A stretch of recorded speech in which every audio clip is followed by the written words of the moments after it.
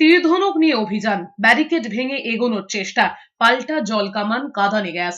আদিবাসীদের উত্তরকন্যা অভিযানে রণক্ষেত্র শিলিগুড়ি। 23শে ডিসেম্বর ফাঁসি দেওয়ায় জমি দখলকে কেন্দ্র করে দুই পক্ষের অশান্তি বাধে। সেখানে এক অন্তঃসত্ত্বাকে মারধরের অভিযোগ ওঠে সিভিক ভলেন্টিয়ারের বিরুদ্ধে। 9ই জানুয়ারি মোহাম্মদ কাদের নামে ওই সিভিক ভলেন্টিয়ারকে গ্রেফতার করে পুলিশ। তবে এখনো অধরা বাকি অভিযুক্তরা। বাকি অভিযুক্তদের গ্রেফতার এবং ফাঁসির দাবিতে উত্তরকন্যা অভিযানে নামেন আদিবাসী সম্প্রদায়ের মানুষজন। পুলিশও আগের থেকে প্রস্তুত ছিল। মিছিল করে উত্তরকন্যার দিকে এগোতেই তিনবাত্তি মোড়ে রণক্ষেত্রের পরিস্থিতি তৈরি হয়। ব্যারিকেড ভেঙে এগোনোর চেষ্টা করতেই পুলিশের সঙ্গে ধস্তাধস্তি বাধে। বিক্ষোভকারীরা আগুন জ্বালিয়ে প্রতিবাদ শুরু করে। ব্যারিকেড ভেঙে এগোনোর চেষ্টা করতেই বাধা দেয় পুলিশ। এরপরেই রণক্ষেত্রের পরিস্থিতি তৈরি হয়।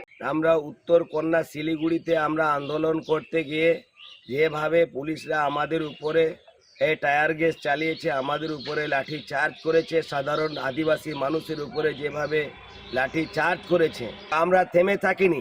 আরো বৃহত্তর আন্দোলন আমরা করে দেখাবো এবং আন্দোলন করব। কোন মুখ্যমন্ত্রী পশ্চিমবঙ্গের মানে অযথা পশ্চিমবঙ্গকে হ্যারাস করছে? মুখ্যমন্ত্রীর পদত্যাগ অবিলম্বে করতে হবে। পশ্চিমবঙ্গ থেকে আমরা অবিলম্বে পদত্যাগ চাই। এই অপরার্থ মুখ্যমন্ত্রী, অসভ্য মুখ্যমন্ত্রী, মানে মিথ্যাবাদী মুখ্যমন্ত্রীর পদত্যাগ আমরা চাই।